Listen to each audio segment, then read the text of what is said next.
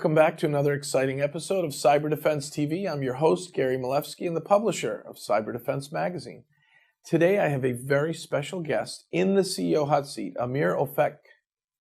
Amir is the CEO of a company that is very interesting, Cyberint, Cyberint.com. Why'd you name it Cyberint?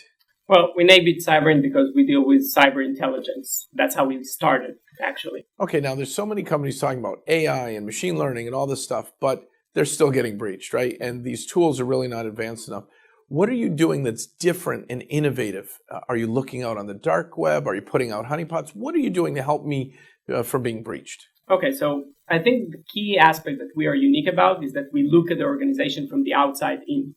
We are actually looking out there where all the threat actors, the hackers, are conceiving their plans and detect those plans early on in the game and detect plans that are very targeted towards the specific organization that we are coming to protect.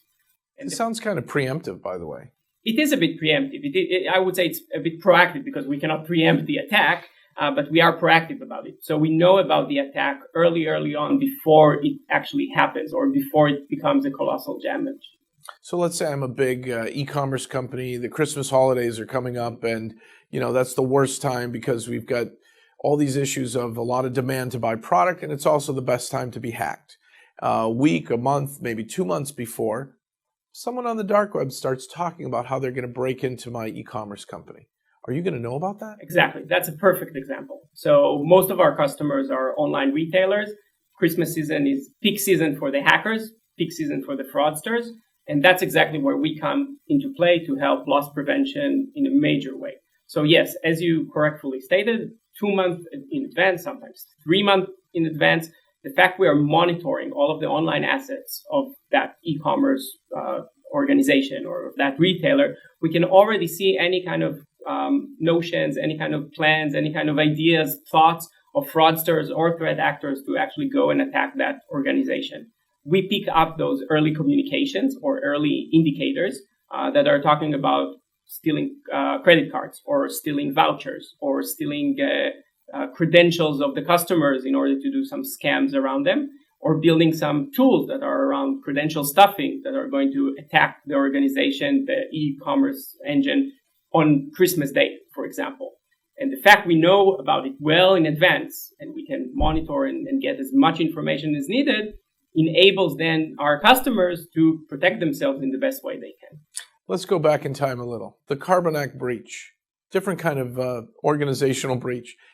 Well-designed malware going after Russian banks caused ATM machines in Russia to spit out money. The rubles were flying everywhere. I think they lost $1 billion. And this was custom-designed malware to exploit users on networks, to eavesdrop, to even watch through cameras and keyboard behavior, and to really plan out a 6-month attack. Yes. So that planned attack, they were already on the network for 6 months before they actually got the money. But before that, they were planning this attack. If those banks were your customers, would they have known 3 months before that this was coming? Most probably. Again, I cannot say that we are 100% bulletproof. I would say anybody saying that is a fool. Mm-hmm. But most of those cases, especially when there is an organization or a group of people, and it's not just like a lone wolf or an insider that is trying to do the job, we would probably kind of find some indications of that attack. Now, there's a lot of issues with language on code and malware. For example, everyone knows, or now they believe, that the attack on Sony Pictures Entertainment was by the DPRK. The malware was written on the Red Star operating system from North Korea.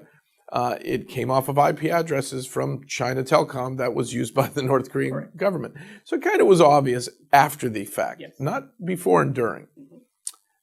Those kinds of exploits, it's written in a different language. There's certain IPs in certain countries.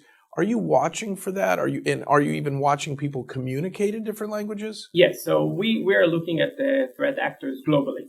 We have in our team people that have capabilities in various languages, all the way from Mandarin, Korean, Japanese, Spanish, Arabic, Persian, Russian, Portuguese, Spanish, Hebrew. All languages.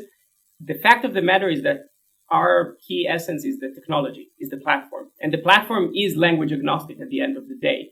So the moment you teach the platform various kind of common jargon or common slang that is being used by the threat actors, which we need, of course, the human power in order to do so, the machine actually picks up this chatter and does it automatically, regardless of which language it is in.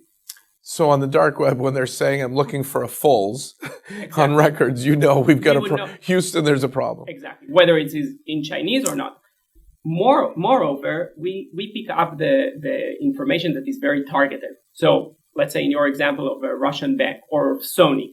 If Sony was our customer, we would build a profile for Sony itself, and we would pick any chatter that is talking about Sony specifically, not a malware that is out there that is now being built by the Koreans to hit somebody. And that brings actually information that is far more actionable, that is far more relevant for our customers, and far more in the right context. Now, you said earlier on in our conversation that we can't stop breaches. I mean, they're going to keep happening. That's a fact. And there's always human factors in these issues, and people click links even though they've been trained to not fish, but not be fished. But tomorrow there's an email that says I won the lottery, so I happen to open the attachment, and it wasn't the lottery. It's the hackers winning the lottery on my organization. How do you do response? How can you help your clients respond to these breaches when they do happen, even if you give them a heads up that it's coming their way? So first of all, because we have this outside-in approach, so we find out the information, even if it's very minimal at a very, very early stage. That allows already to provide a response to something that can become later a much bigger problem.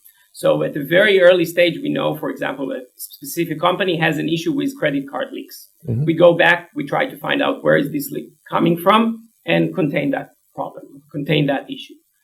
If we see there is a problem with their Facebook page that is being having malicious URLs being posted there, we have the capability of actually removing those malicious links automatically from the Facebook page or from the tweet account, etc.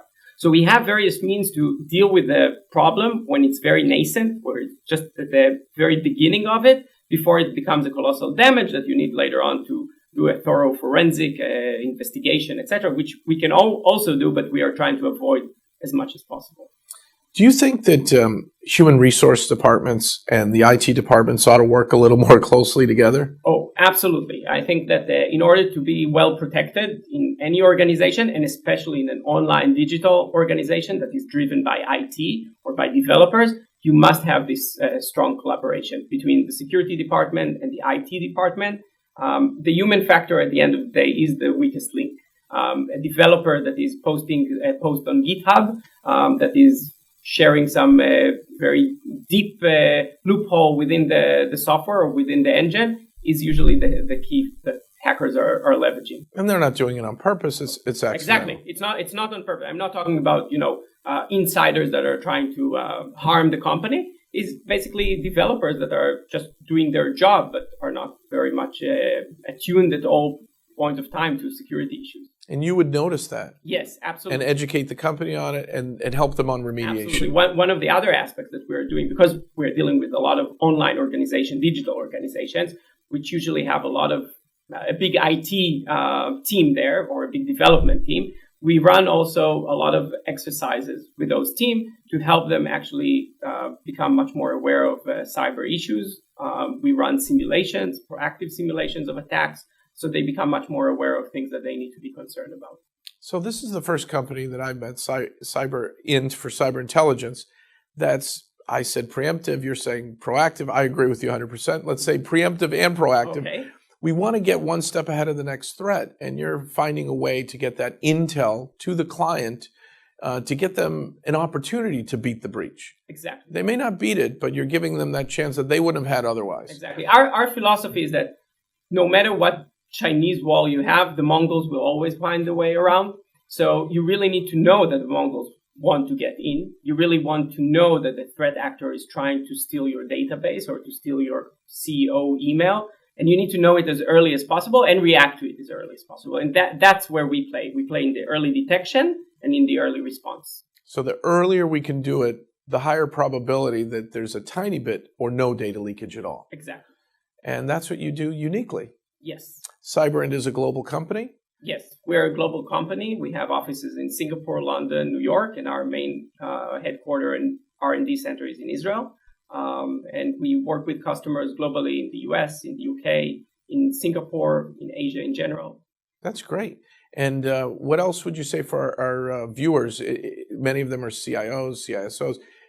Do they have to be in a big business, an SMB? What kind of company would you want to target? So we are mainly supporting e-commerce companies, usually the larger e-commerce companies out there that have a big footprint online, a big footprint on social media, on online assets, with a lot of customer transactions that they need to protect.